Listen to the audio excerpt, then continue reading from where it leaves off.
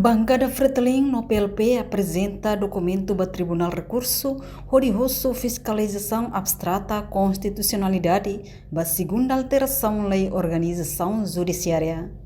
Deputado Bancada Fretilin, Joaquim dos Santos Boraluli, para jornalista Cira, foi submete documento e a Tribunal Recurso Caicoli quinta-feira, lorong walo fulang maio tinangne.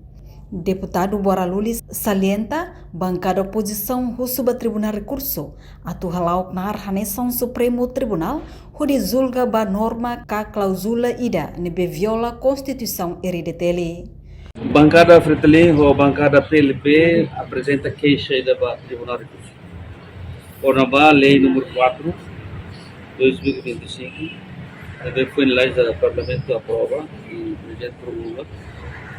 Kunaba cláusula ida 76A na BI a cláusula transitória nem foi competência do Presidente da República que nomeia Presidente do Tribunal de Recursos Fórum e a me considera norma ne viola a Constituição.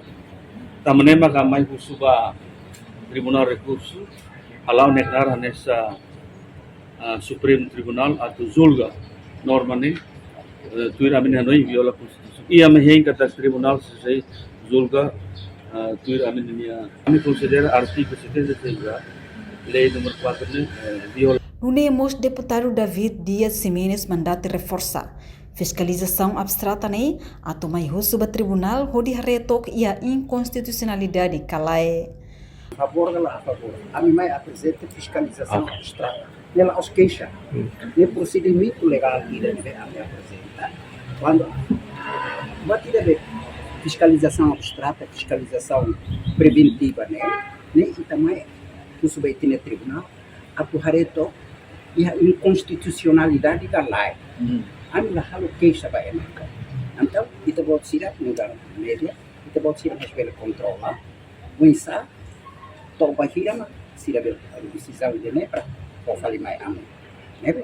Kita utuh hamutuk hin e a inconstitucionalidade da lei. Nema ambil fiscalização abstrata. Fiscalização preventiva, lolos presidente makalo. Kita lari ka prioridade. Kita tem.